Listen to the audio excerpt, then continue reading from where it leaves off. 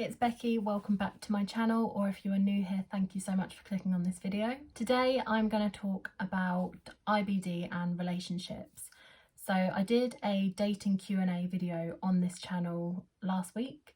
A lot of people asked about having IBD and dating, so I wanted to go a little bit more in depth with that and talk about relationships as a whole. So since being poorly, I have been single, I have dated people, I've been in a relationship, and I've been through a breakup.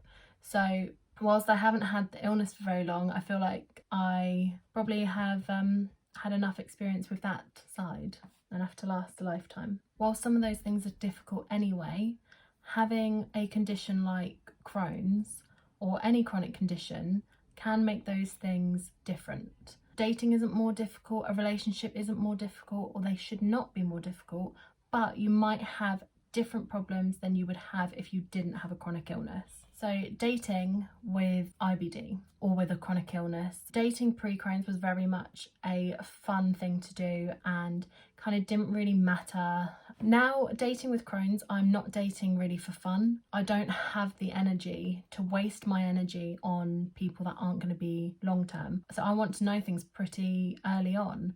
Are they going to be supportive? Do they mind if I talk about farting? Do they mind if I talk about the amount of times I need to go to the toilet in a day? Because for me, it's all very new at the moment, and maybe I want to be able to talk about those things to someone. My number one tip is to be honest. I know that can seem really scary and can seem quite difficult, but you kind of want to get it out there in the open as soon as possible, because it is a part of you, it's a part of who you are, it's a part of your existence, and at the moment there is no cure for IBD. If the person you date doesn't know about it or isn't aware, and the relationship starts to get more serious, it is something that you are going to need to tell them eventually. You can't just never tell them. Why not tell them kind of straight off? I'm not saying your first date you sit down and you go, there's a high chance that I might shit myself. You also want to make sure that that person is going to be supportive about your condition and that they want to understand your condition. That kind of support is the kind of support that you are going to want from someone. So the sooner they kind of know, the sooner you will be able to tell if they are the right person for you. When you do tell someone about your illness,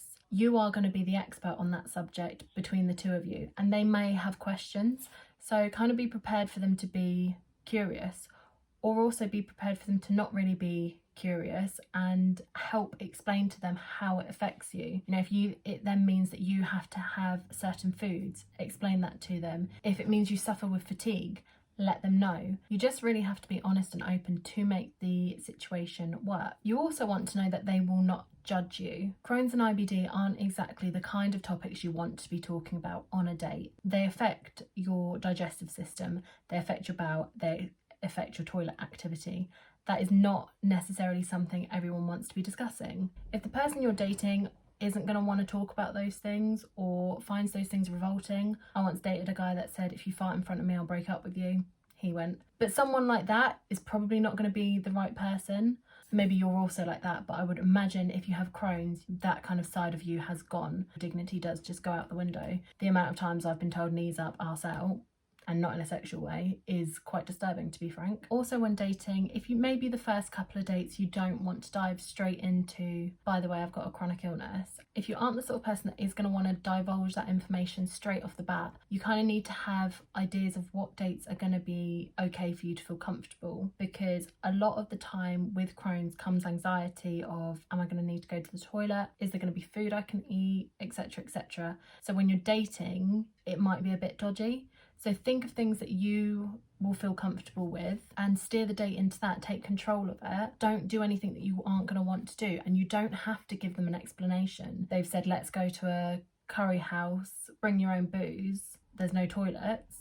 Might not be the best idea. Just suggest something else. Go, that's not really what I would like to do. Can we do this instead? You don't have to give a reason. You don't have to say, well, actually, I don't want to go to a curry house because then I'll have the ring of fire. I don't want to drink alcohol because then I'll have the ring of fire. And in case I do get the ring of fire, I do need a toilet.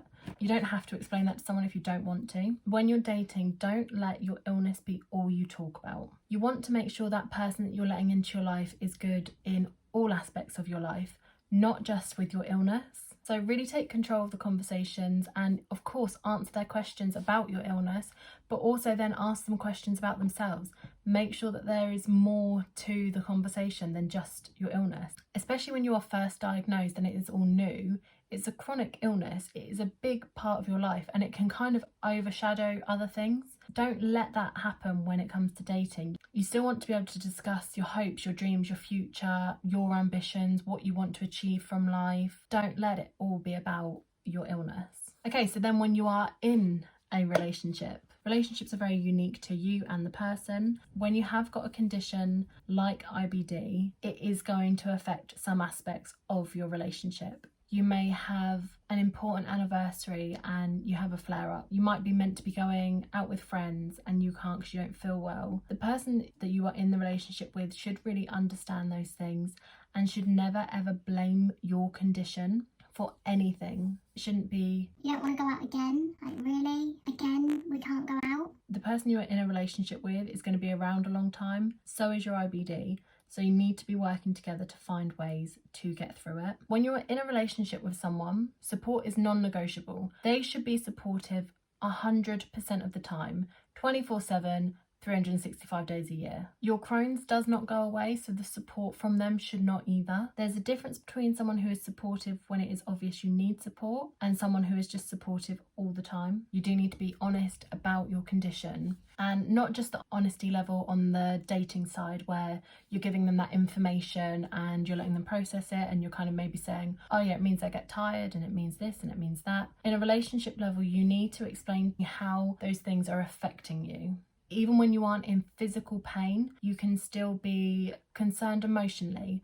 You can still be feeling stressed out by something which will cause you pain the next week. You need to be able to have really good communication between the two of you. A massive one for me in a relationship is arguments. I don't really ever like arguing, especially now. Arguing is really going to affect my health. So I don't want to argue. And if someone can't communicate in a calm manner why they're upset with something, that is going to be detrimental to my health. Sometimes you might not really be in the mood for sex. Your partner needs to know that isn't anything about them. That is just how you are feeling. I went to a talk very soon after I was diagnosed, and part of the talk said about people being concerned that they might have an accident when having sexual intercourse. And that was never something that I was concerned about before. And I thought, oh my God, imagine if that does happen. How on earth am I going to explain to my next boyfriend, that might be a thing? So the person you're in a relationship with needs to be able to be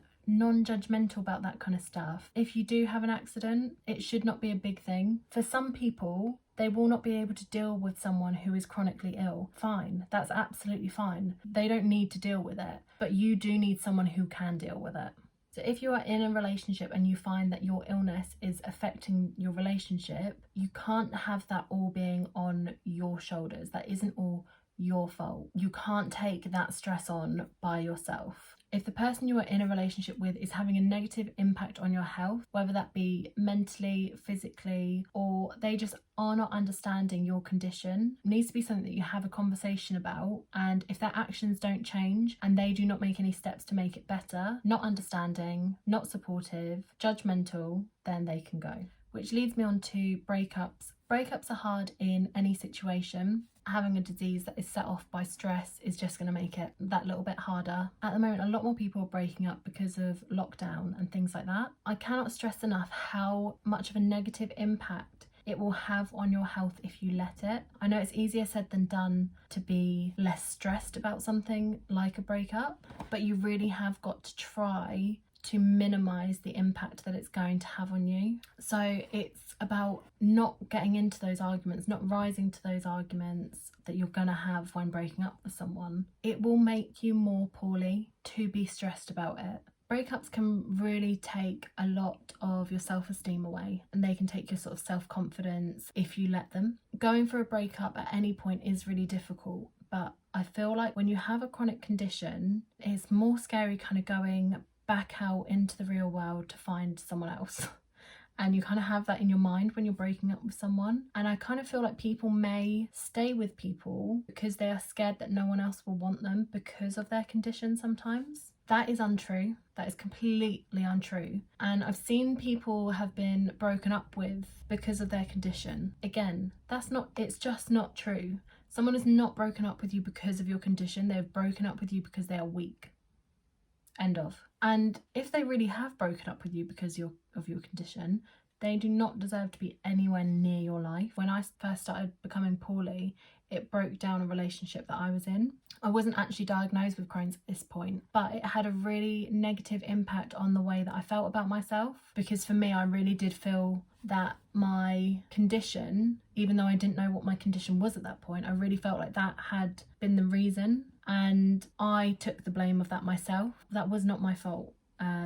That was his fault. But after, I did feel unsexy, I felt boring, I felt like, who else is going to want me? Those feelings were all very, very temporary. I don't feel like that now. So if you are going through a breakup and you're blaming your condition and you're blaming yourself and you're blaming the way that your body has changed and those kind of things, it isn't true. Those things that you're thinking aren't true. It will be temporary. You will feel sexy again, you'll feel fun again, and you'll have fun again. So I'm just going to do a kind of recap of the points that I think are really important. Main thing is be honest about your condition, whether that is dating or in a relationship or even in a breakup. If they are giving you a bit of jip, you can say, look, you're actually really affecting my health, shut up. Someone being supportive sporadically is not someone being supportive. Don't settle for once in a while. Help people understand your condition, help them understand how it affects you. Obviously people can do research online and they can find out the basic facts, but how your disease affects you personally, they're not going to know unless you tell them. If someone is not providing you with the support, the strength and the love that you deserve, they should not be in your life. End of. My final kind of thought is definitely make sure you are giving yourself the love that you deserve. Don't look for that in anyone else. Thank you so much for watching. I really hope that this has helped. If it has, please give it a like, a share, comment, subscribe, all of the above. Thanks, and I will see you in my next video. Bye. I have hair in my face, and that's fine. Get rid. I stand by that.